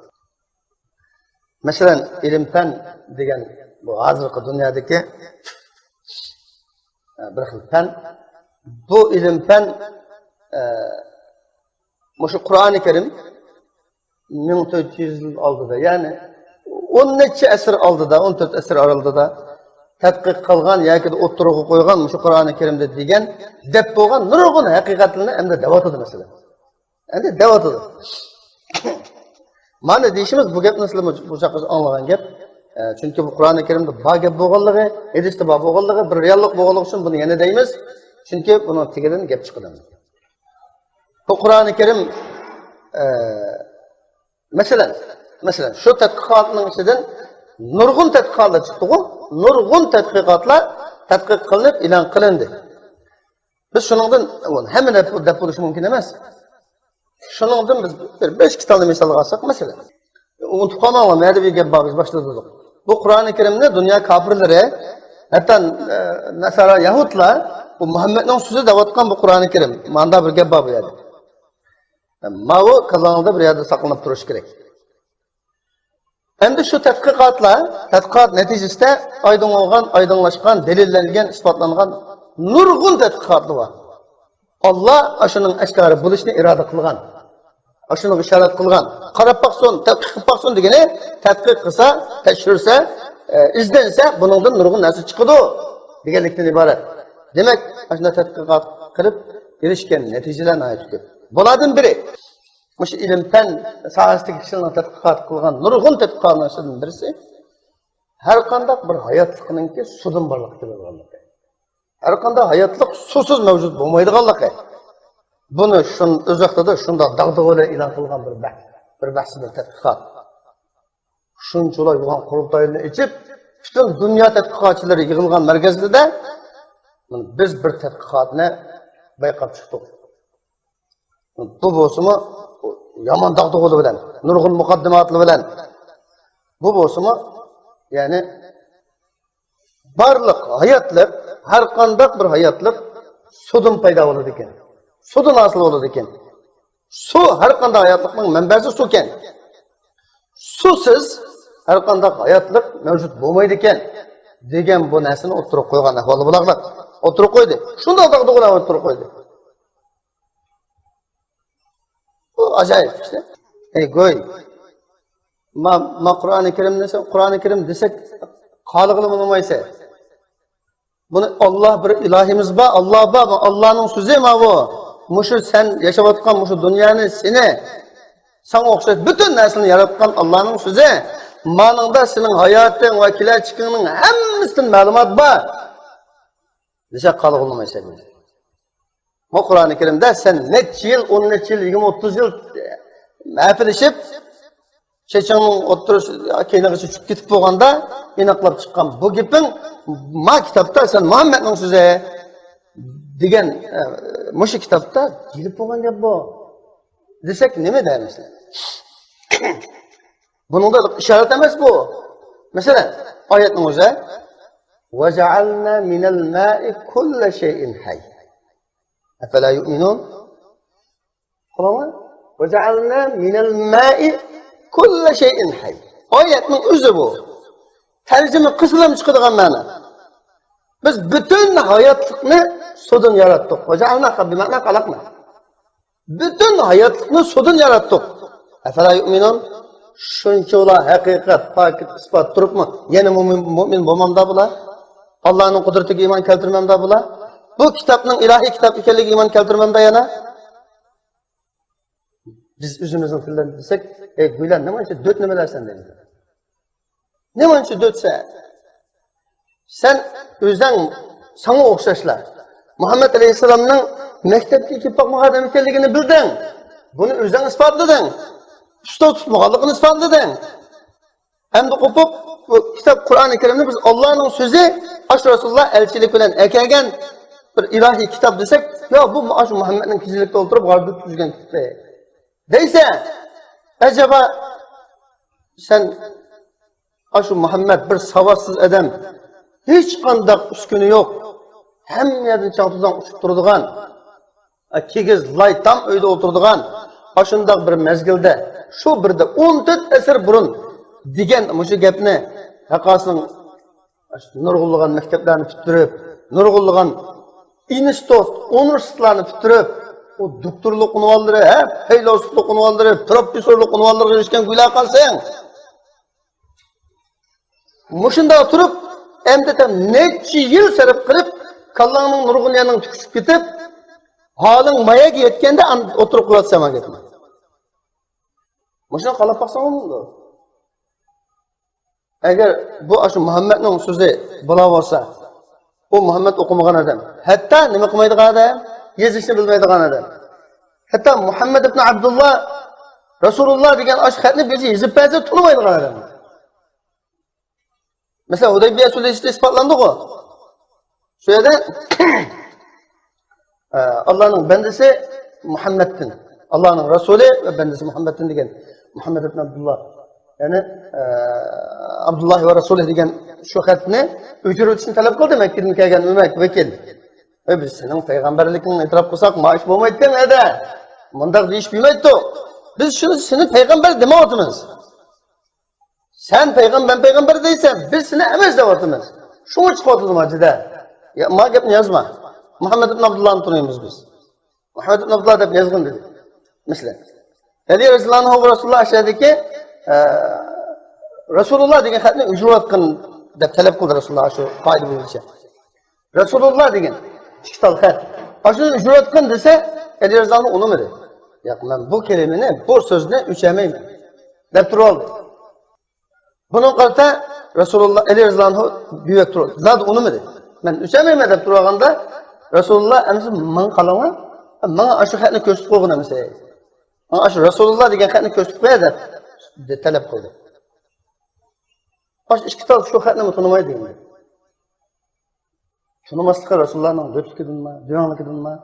Astagfirullah. Allohning o'rinlashtirishi shu. Alloh o'z irodasi bilan shunday qoldirgan. Shu darajada qoldiribman. Agar anchalik xatni bilgilay olib qolgan bo'lsa, ashadagi Muhammad degan xatni tunug'uchak bir iqtidorga yo'lab qolgan bo'lsa, bugunlar ashuni shaqlab, ha, uni yozilmasmi bu? Muhammad deb yozilibdi. Buning Muhammad deb yozilganligi yoki Rasululloh degan xatni tuna olganligi, uning xat biladiganligini ko'rsatdi. Boshqa xat yozmagani bilan talada ishkor qilmagani bilan u yozig'liq u. Deyish mumkin-di. Ashunday Allohning og'ziga tosh tiqish uchun, og'zini itish uchun Alloh subhanahu va taolo kichigidan boshlab Rasulullohga va Rasulullohga mas'ul bo'lgan kishilarga oilasiga buni bir o'qitish, maktabga opirish degan narsani kallasiga solmagan. Bunun kallasi bundan quruq qilib o'tgan. Bu xil imkonni bermagan. Shuning bilan mana bu dahriylarningki Rasulullohga yazilibdi. Shu bu Qur'on Muhammadning so'zi deyishdan iborat. Ayda o'zining ismini tunimaydigan, yozolmaydigan bir inson mushuncha bo'la gapni, mushu bugungi kunga kelganda ajoyib uskunalarni, ajoyib narsalarni ish qilib turib, nurg'un tadqiqotlar bilan, nurg'un sharoitlardan foydalanib turib qiladigan, oran topadigan, ashunda haqiqatni o'tirib qo'yish mumkinmi? Mumkin emas. Buni har qanday bir aqlga e'tirof qiladigan bir haqiqat. Shuningdek, masalan, Alloh subhanahu va taolaning "Vash-shamsu tajri li mustaqarrin laha, zalika taqdirul azizil alim" masalan. Qo'ydiganimizda oyat, Qur'oni Karimning hammasi mo'jiza. Qur'oni Karimning ashuri Fotiha, alhamdudan boshlab, bismillahdan boshlab, nasgacha hammasi mo'jiza, hammasi bu kitobningki insonning so'zi emas, balki Ilohning so'zi ekanligining dalili. Har bir so'z shuni isbotlab turdi. Shuningdan bir tomchi shaklda bir misol sifatida davatimiz. Ya'ni shu Muhammadning so'zi davatgan shu kitob 14 asr burun kunning medalaydiganligini, mangadiganligini, aylanadiganligini, oyning aylanadiganligini deb turadi. Vash-shamsu tajri. Ana tasiru degan gap, tajri mangadi degan gap. Bu ishoratidan chiqadigan ma'no emas. O'zidan chiqaradigan, ibodatidan chiqadigan ma'no bu. Shu kun birib to'xtaydigan bir yeri va o'rnashtirgan bitilgan shu yerga qarab mangadi, aylanadi. Deb quloqlar. Yani buni shu haqida davatgan ilm-fan isbotlaqlar. Hozir. Kun mangadi ekan juma deganni dedi masalan. Kun mangadi ekan deganni, bu turqlan mangadi ekan demidi uni. Kim dalaydi uni? Oyni to'xtamay aylanadi, oy aylanadi deganni. Buni nurg'un tadqiqot natijasida ilmiy asosda isbotlab chiqib, kunning mangadiganligini dedi, tog'ning yurishadiganligini isbotladi va tog'ningki bir zaminda tog' bo'lgan bo'lsa, bu tog'ningki matribida yatarsa, matribida tarmaydiganligini masalan. Buni isbotladi. Buni bu Qur'oni Karimda deyilgan narsa. Haqiqat. Vaja'alnal jibala awtada degan biz tog'ni quzuq qildik degani shu. Quzuq degan quzuqni bilsangiz kerak, bir yog'ochdan tayyorlangan, ushlangan bir narsa. Buning qaqib yerga mangdirdi. Bitkisi yerga kiradi, bitkisi yana ustida turadigan nima. Anaga binasini bog'laydigan. Demak, bu quzuq deganidan bu yerda alal aqal biz hozircha olib turgan ikki tillarni masalan. Biri bu zaminga qo'ziqganki zaminni tutib turadigan. Zaminning tarab ketishini saqlaydigan. Shuning uchun matribida yataversa, matribida tavermaslikdek ahvol bayqalyapti. Bu bir nuqta. Yana biri tog'. Bu yani o'ziga ya bo'lsa, mishalarga pokli urlashib qo'yilgan emas, balki shu quzuqqa o'xshash bir qismi to'pada tursa, yana bir qismi yaning tagiga ning'iladi degan ma'noni beradi. O tadqiq qilsa chiqadi. O tog'ninki bir qismining yaning tagiga ning'ilib ekanligini tadqiq qilsa chiqadi. Demak, mushuncha ular hikmat bilan nazl qilingan kitob Qur'oni Karim. Endi mushuncha ular haqiqatlarini, mushuncha ular isbot fakir dalilini shunda bir maktabda o'qimagan odam yozgan yoki shunda bir odam degan deyilsa, endi biz nima deymiz endi buni? Buni aqlli qadamdan gapiramiz. Aqlli qadamdan gapiramiz. Aqlli qadam deydigan gap emas bu. O'zi aqlsiz, ammo men aqlli deb da'vo qiladigan odamning gapi bo'lsa kerak. O'zi aqlsiz, aqldan asar yo'q. Aql deganning nimaligini tushunmaydigan, ammo aqlni da'vo qiladigan mushunday insonlarning gapi desa bo'ladi. Agar aqli bo'lsa, Qur'onni qanday qadam izlansa, shu odamning iqtidoriga vaqib, izlanish tajribasiga, ilmiy quvvatiga vaqib bir narsa oladi buni. Nurg'ulgan faktlarni, dalillarni, isbotini oladi. Ana bunda bay deganimizdek biz hergiz Qur'oni Karimda mushuning o'xshagan. Yani mesela biz her bir hayatını sudan yarattık. Kun manadı, ay manadı degan o'xshagan. Mushunda oyatlar Qur'oni Karimda jiq demaymiz. Balki Qur'oni Karimning hammasi shunday. Qur'oni Karimning har qanday bir surasini, har qanday bir oyatini tekshirsa, shunday ahvolini shunga o'xshagan natijalarni topadi. Bunun ba'zisi hozir oshkor bo'ladi, hozir bayqaladi, ba'zisi bizning kimki kelaki asrda, yana ba'zisi ondan kimki asrda qiyomat bo'lguncha o'zliksiz oshkor bo'ladi. Mana bu nurg'un faktlar shu jamiyat, shu davrga mos munosib holatda, shuning taqozosiga uyg'un holatda oshkor bo'ladi. Xo'sh. Demak biz bu Qur'oni Karimninki qanday bir kitob ekanligi, yani bununki qanday kitob ekanligini haqida to'xtalsak, buni saydigandek boshunda isbotli bilan buning ilohiy kitob ekanligini isbotlaymiz. Nurg'un dalillarni isbotlaymiz. Bu vaqtda nurg'un gap qilish tabiiy mumkin. Ya'ni bu Qur'oni Karimni biz bir necha soatda tushuntirish, bir necha oyda yoki bir necha yilda tushuntirishimiz mumkin emas, biz boy degandek. Mumkin emas. Shuni bizning hozirgi da'vatqinimiz nayta bir oddiy, o'zimizga loyiq, aqosonga loyiq bo'lgan bir tushuntirish. Hatto eng qisqa tushuntirish to'g'ri kelsa, Qur'oni Karim nima, qanday narsa deyilsa, bunga beradigan javob biz shu boshda degandek, Qur'oni Karim Alloh, ya'ni Jibril alayhissalom orqali Muhammadun sallallohu alayhi va sallamga nozil qilingan Allohning so'zi. Bu bir ta'rif. Mushuning bilan cheklansami bo'ladi. Bu bir ta'rif. O'shadagi Jibril alayhissalom orqali degan mushu bir ma'noni beradi. Bir muncha ma'noni beradi. Nozil qilingan Rasululloh Muhammad alayhissalomga nozil qilingan. Muhammad alayhissalomga degan qayd bilan bir muncha ma'no chiqadi. Nozil qilingan degan ma'nodan so'zdan bir muncha ma'no chiqadi. Allohning so'zi degan yerdan yana bir muncha ma'no, bir muncha maqsadlar, foydalar chiqadi. Shuning bilan cheklansa bo'ladi. Ammo bizningki yuqorida to'xtalganimiz ixcham qisqartirilgan Qur'oni Karim haqidagi bayon. Xo'sh, endi Qur'oni Karimni tushunish, bu Qur'oni Karimning bir ilohiy kitob ekanligini bilish. Bu Qur'oni Karimning insonning so'zi emas, balki bir ilohiy kuchning laysa kamislihi şey bo'lgan, hech qanday tangdishi o'qishi bo'lmagan bir kuchning so'zi deganini e'tirof qilishning keynida nima bor? Buning g'oyati nima endi? Buning bir to'xtaydigan yeri, oxir to'shkisi nima? Agar Qur'oni Karim Allohning so'zi ekan, bu insonning so'zi emas ekan degandan keyin nima bo'lmoqchi? degan bu yerdagi g'oya to'ndikida bo'ladi. Biz yana iboy o'qigan oyatni to'liqlaymiz. وإن كنتم في ريب مما نزلنا على عبدنا فأتوا بسورة من مثله وادعوا شهداءكم من دون الله إن كنتم صادقين فإن لم تفعلوا ولن تفعلوا فاتقوا النار التي وقودها الناس والحجارة أعدت للكافرين. القرآن الكريم insanın sözü emas, belki Allah'ın sözü ekanligini ne bilishning g'oyati oxirgi bir to'xtaydigan yeri oxirgi pallasi bundan iborat. Ya'ni sizlar Qur'oni Karimda Muhammad alayhisalom nozil qilgan bu kitobda shaklansanlar, ikkilansanglar, buni Allohning so'zi emasmi desanglar, Muhammadning so'zimi desanglar, yoki Muhammadning so'zi bu insonning so'zi deb qarasanglar, sizlar shu Qur'oni Karimning surasiga o'xshash bir so'zni keltirib boqinglar.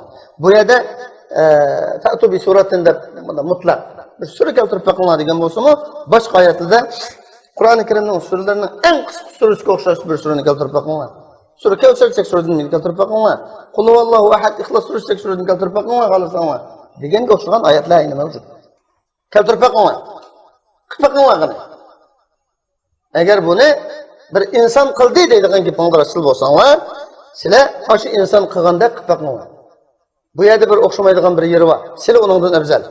U o'qimagan, ismini yozishni bilmaydi, ismini yozib qo'ygan, ismini tanimaydigan odam. Ammo sizlar filosof, professor, doktor va hokazolar. Unda o'g'aniki qilib boqinglar. Fa illam taf'alu. Agar qilmasanglar, valan taf'alu. Hargiz qilmaysizlar. Qilmaysizlar. Biz buni bilamiz. Qilmaysizlar. Qilmaganingni o'zinglar isbotlab, o'zinglar shu Musaylimah ibn Kazzab rasvo bo'lgandek, Makka Quraysh kofirlari, mushriklar qilib rasvo bo'lgandek, endi rasvo bo'lgan chog'ingda, yoki rasvo bo'lish sizdiqqa borgan chog'ingda, ya'ni itrof qilgan chog'ingda, buning qilinmaydi ekanmiz degan nuqtada, endi bizniki kelanglarda bo'lganda. Bizga yakinlar. Lakinlar fattaqun nar allati waquduha an-nas wal hijara uiddat lil kafirin. Mushuncha ola haqiqat faktlar oldida turibmi? Mushuncha ola isbot oldida turibmi? O'zining bir yaratquchisining borlig'ini e'tirof qilmagan. Mushuncha ola bir hikmatlik bir kitob bor turib, bu kitobning bir ilohning kitobi, Allohning so'zi ekanligini e'tirof qilmagan. Kafir deb atalgan kishilarga, Allohga itoat qilmagan kafir bo'lgan kishilarga Qur'oni Karimning ilohiy kitob ekanligiga iymon etmagan kafirligi tayyorlangan, yiqilg'usi inson va toshdan bo'lgan davzaqdan saqlangan. Agar qila olsanglar o'chasizlar, qilmaysizlarmi? Qilmasliginglar. Qila olsanglar, bizmi qila oldik buni deb o'zingni o'zing iloh desang mayli. Bunda bo'lishi mumkin emas. Qilinmagandan keyin sen kafirliğe şuncha ular pakit oldida turibmi, mu'min bo'lmagan, musulmon bo'lmagan kafirliğe, Allohning bir va barligiga tangan kafirliğe, Qur'oni Karimning Allohning so'zi ekanligiga tangan, yuzsiz kafirliğe tayyorlangan davzaqdan saqlangan. Bu davzaq degan bunda kelib o'tirib dam oladigan yer emas. Bu yerda o't bor. Bu o'tni ko'ydiradigan, bu o'tga material bo'ladigan narsa tosh bilan insondan tarkib topgan. Bu tosh bilan insondan tarkib topganligining o'zi ajoyib ma'noni beradi. Demak, toshning qancha qiziydiganligini bilasizlar. Qizimi qanaydi tas. Odatda o'tda qizimaydi. Agar qizib qolib qolsa, buning qiziqligini bilmaydiga olmaydi. İnsan şu dese, insan bütün yağdan tarkib topgan narsa. Bütün bedeni go'sht, yağ. Suda ko'ygan qo'l ya bir narsa bilan yağ chachab ko'ygan yani farqini bilasizlar. Yağning qanchalik dahshatli qiziydiganligini. Demak, mana shunday material bilan o't yiqilgan bir davzaq. Oshunda yagi kirib qilishdan saqlanadi. Xo'sh, onda yagi kirib qilishdan saqlanishning yo'li nima? Qaysi? Bu Allah'a iman keltirish, Resulullah'a iman keltirish, Qur'oni Karimni Allohning so'zi deb iman keltirish. Allohga itoat qilish. Qur'oni Karimda buyurilgan ishlarga bo'ysunish, to'sqan ishlardan yenish, ya'ni islomning a'zosi bo'lishdan iborat. Qur'on hadisning ko'rsatmasi bo'yicha yashashdan iborat. Mana bunda bo'lgan kishilarga nisbatan Allohning berdigini bu shunchalar dalil oldida turib, mu'min bo'lmagan, musulmon bo'lmagan, kafirlikni saqlab qolganligi biriladigan jazo davzaq bo'lganidek, yiqilg'usi inson va toshdan tarkib topgan ajoyib dahshatlik bir o'tdan iborat bo'lganidek, agar mushundoq faktlar asosida iymon aytib mo'min musulmon bo'lgan kishilik uchun beradigan boshqa natija bor. Boshqa natija u bo'lsa nima? وبشر الذين آمنوا وعملوا الصالحات أن لهم جنات تجري من تحتها الأنهار. Ularga Muhammed Aleyhisselam eğer şu delilleri kınıp, hakni hakda bilip, yakınlı cahide işletip, iman etkan, mümin boğan, özden yaratmışının bağlılığını ve birliğini bilgen ve onun şu bu içi itikat kılgan, Kur'an-ı Kerim'nin ilahının sözü kelliği iman etkan, işengen, Muhammed Aleyhisselam yani sizdinki peygamber, şu kişilik insaniyetki verilgen, ta kıyametki verilgen, kiladigan insonlarga aytilgan payg'ambar ekanligimizga iymon etgan va bu iymonini va amilus solihat solih amallar bilan shariat islom dinida yaxshi amallar deb bekitilgan zakat berish, ro'za tutish, haj qilish, besh vaqt namoz o'qish va shunga o'xshagan ilm o'rgatish, da'vat qilish, diniy xizmat qilish, o'zaro yordamlashish, zolimga qarshi turish, zulm qilinuvchiga yordam berish va undan boshqa Hatalık şeriat yaxshi ish deb buyurgan, belgilagan yoki ko'rsatgan, tashabbus qilgan mush ishlarni qilgan kishilarga, ya'ni aytgan iymonini amaliyati bilan isbotlagan kishilarga siz ularga ostidan o'stanglar qilib turadigan ajoyib go'zal mala aynun ra'at va la uzunun sami'at va la xatara ala qalbi bashar bo'lgan, ko'z ko'rib boqmagan, dilda mudaraq motoda tasavvur qilish imkoniyati bo'lmagan, quloq anglab boqmagan, Muşundaq ajoyib ne'matlar bilan to'shqan bir jannatning borligidan qo'shib ishorat berin. Demak, Qur'oni Karim aytadi. Mu'min bo'lsang, mana bunday kirasan. Kafir bo'lsang, do'zaxdan iborat azob makoniga kirasan.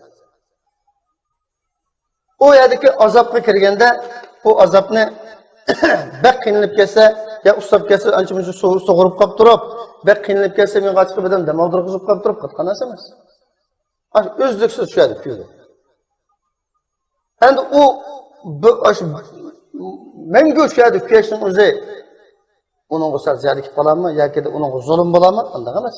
Chunki mana Qur'oni Karim shu kunni ashadu bir do'zaxning borlig'ini, menda jannatning borlig'ini, nima qilsa ma'noga kiradiganligini, nima ish qilsa ma'noga kiradiganligini, bu ikkisiniki mayli qaysiga kirsin, kirganlar shu kirgan yerida menga bo'ladiganligini deb turaqliq. Qur'oni Karim deb turaqliq. Payg'ambar deglik. Payg'ambarning varislari bo'lgan ahli ilmlar ta bizga qadar va bizninkin davomli deb keraklik va deydi bundan keyin. Asi bo'lsang, kafir bo'lsang do'zaxga kirasan. Bu do'zaxning azobi mayadmayaqacha. Mu'min bo'lsang, Allohning rasuliga itoat qilsang jannatga kirsa, buning ahvoli jannatga ne'matlarning ahvoli mayadmayaqacha. Deb hammasi deb turaqliq. Shundoq turib o'zi ya'ni kafirlikni tanlagan bo'lsa, bu shu azobni o'zi tanlagan bo'ladi. U yerda uningga berilgan azob, jaza vifaqa bo'ladi. Allah o'zi degandek, bu shulug'i naytim munosib, muvofiq berilgan, loyiqida joyiga tushgan azob bo'ladi. Undaqliga cho'qim ashunda jazo berish kerak, ashunda azob berish kerak. Chunki ular kafir bo'lgan insonlar biz o'zimizning Robbini tunigan insonlarni, musulmonlarni o'zining Robbini tunimagan shu tuzkur mal'ullar dunyoda xorlayotdi, hatto masxir qilyapti. Asli masxir qilinadigan biz. Asli masxir qilinadigan o'zining egisini tunimagan, o'zining Robbini tunimagan, cho'qinishda laysa kamislihi shay bo'lgan, hech qanday tangdishi o'xshi bo'lmagan bir zotga cho'qingan. Mandar insonlar o'ziga o'xshash insonlarga cho'qinadigan, hatto o'zi yasagan narsaga cho'qinadigan. Manda aqlsiz narsani kamsiz kerak. Asli kamsizga o'xshaydigan loyiqa bu. Shunday turib, musulmonlarni o'zining Robbini tuniganni, o'zini yaratgan, yaratquchini tunigan, bilgan va uning itoat qilgan kishilarni kamsitadi. Yani shuning dardini cho'qim tortish kerak. Onun derdini cho'qim tortish kerak. Biz bu dunyoda shu mal'ullarninki soqolimizni ko'rib, soqoli ekanoninki deb qilgan bunday qilishlari, kelgan uzun, keng kiyimlarni ko'rgan, kelgan ayollarni ko'rib, Bunda teng oldu, bunda bir narsani kiyib oldu, rahat bunda yalang'och yurmaydi deb masxara qilayotgan shu masxara qilg'uvchining shu qilgan masxarasiningki badilini qiyomat kuni ketiydi. U mayda bizga o'xshash yo'lda ketib berib turib, bizni masxara qilgan bo'lsa, bizdan kulgan bo'lsa, Alloh nasib etsa, inshaalloh biiznillah biz mushu haq yo'limizda, mushu dinimizda, mushu e'tiqodimizda Allohga o'xshashadiganlar bo'lib qolsak, biz qiyomat kunisi aroitlarda o'ltirib, mamluq yoshliqlarga uylangan ajoyib ishlsay degandek tasavvur qilasiz ne'matlar ichida turib, unda qolib, "Ey, nochi to'nglig'izlar. Dunyoda bizni zalq qilib to'nglig'izlar. Dunyoda bu dunyo bunda bo'ladi, buning oyog'i yo'q, shuni yashaymiz, bunda tugaymiz" deb to'nglig'i. Bormikan bu kan? Bizden qilganimiz rasmiken, sizning qilgan rasmiken. Manda asi bo'lsanglar, kafir bo'lsanglar, iman etmasanglar, manda bir kun bor, manda bir yava azoblanasizlar. U yerda sizga hech kim arvolanmaydi. U yerda undan qutuladigan pul yo'q, hech qanday yo'l yo'q. Deb bizga biz sizga shuncha tushuntirsak, siz bizni masxara qilgandinglar, e'tirof qilmagandinglar. Bormikan bu yer? Deymiz inshaalloh biz jannatda turib, isil karvatlarda, isil sapalarda oturup rahat işede, acayip tandaşsız rahat işede oturup kürümüz olunun gününü biz. Allah üzerinde deglik. Mağbina tesavvurum emez. Allah üzü deglik. Veylül mutaffifinni okusanlar şu yerde bağlı. Allah subhanahu wa ta'ala bizni herkes ondak Resulullah kınasın. Allah bizni bizge bergen bu nimeti bo'lgan dünya ve ahiretini çatıdığan, tabi biz körüp bakmagan, tasavvur kılınmaydıgan, ama Allah'ın Resulü'nün sözüge asasen iman etkan, alimul gayb bo'lgan cennetten ve devzekten, yani kıyamet günüdün bizge haber berdigan ve şu yani başka bir dünyanın ma dünya bilen çatıp berdigan ve arlıklı harit sizip berdigan, bu acayip laraybetlik bo'lgan bu Kur'an-ı Kerim'den bizden anlatmışsın Allah subhanahu wa ta'ala. Bu kitapның Kur'an-ı Kerim boğallığı, bunun Allah'ımız Rabbimiz subhanahu wa ta'ala'nın kitabı ikenligini bizge bildirsin. Kalbimizge bildirsin, kalbimizge bunun muhabbetini sağsın. Bizden bunun huzurlanğını nisbetsin Allah subhanahu wa ta'ala. Bunu adetki bir kitaptek ko'radigan emas, odatdagi bir kitob qiladigan muomala qiladigan emas, balki bu kitobga qarab to'ymaydigan, o'qib to'ymaydigan, amal qilib to'ymaydigan, qolmaydigan ajoyib isl aqida, iymon, samimiyat egasi, ixlos egasi qilsin Alloh subhanahu va taolo. Dinimizdan mangu faxrlanib yashag'ini nasib etsin Alloh subhanahu va taolo. Saf iymon, saf aqida, ixlos bilan dunyodan ketganini nasib etsin. Qiyomat kunisi, yani ölgenden keyin kabirlerde Resululuk'tan saklasın, mahşerdeki Resululuklardan saklasın ve ahirde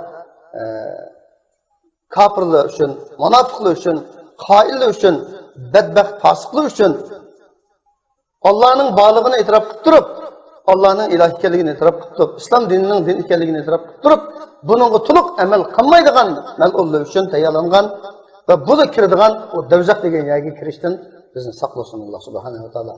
Bizni cennetke aşık kılıversin Allah subhanahu wa ta'ala.